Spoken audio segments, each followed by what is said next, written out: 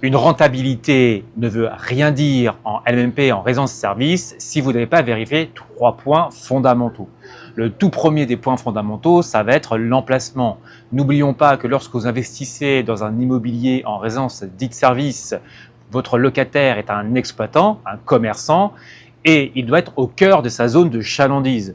Et les zones de chalandise sont différentes en fonction de la nature de l'exploitation, dite étudiante, affaires, loisirs, seniors et EHPAD.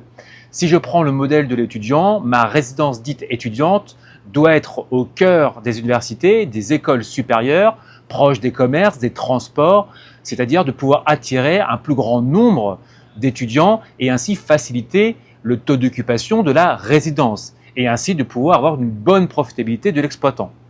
Le deuxième point qui est fondamental, c'est le niveau des loyers. Est-ce que les loyers versés aux propriétaires sont de marché? Est-ce que les loyers versés aux propriétaires sont au bon niveau par rapport au chiffre d'affaires hôtelier de l'exploitant? Nous avions vu dans d'autres discussions que les loyers versés aux propriétaires sur le chiffre d'affaires hôtelier est différent en fonction de l'étudiant, de l'affaire, le loisir, l'EHPAD et le senior. Si je reprends le même modèle de mon exemple sur la partie étudiante, on sait que les loyers versés aux propriétaires sur le chiffre d'affaires hôtelier de l'exploitant ne peut pas dépasser plus de 60%.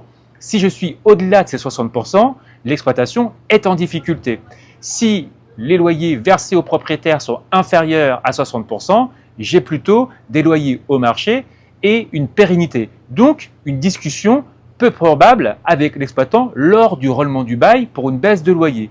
Et c'est peut-être le contraire. C'est moi propriétaire, ce sont vos investisseurs qui vont aller chercher une augmentation additionnelle lors du règlement du bail.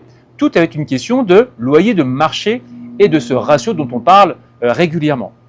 Troisième point qui est lié sur le point numéro 2, c'est l'exploitation. Est-ce que l'exploitation est profitable? Oui ou non? Si elle est profitable, vous avez une pérennité économique, donc des loyers qui seront continuellement versés et une non-négociation lors du règlement du bail. Si l'exploitation n'est pas profitable, il y aura forcément une discussion pour retrouver le bon équilibre entre propriétaire et exploitant. Je rajouterai un 3 bis qui est l'exploitant, bien évidemment, et la qualité de l'exploitant dans le sens comment il se comporte avec les propriétaires. Est-ce qu'il paye d'une manière régulière? Est-ce qu'il facture des travaux justes dans la partie immobilière? Et tout ça va faire que je vais avoir aussi une pérennité dans l'investissement que je vais réaliser. Ce sont donc ces 3 points qui sont importants, fondamentaux, sur lesquels nous sommes vraiment à cheval lorsque nous proposons des biens immobiliers à nos partenaires CGP et banques, ce qui va permettre à leurs clients de pouvoir investir à long terme avec pérennité et sérénité.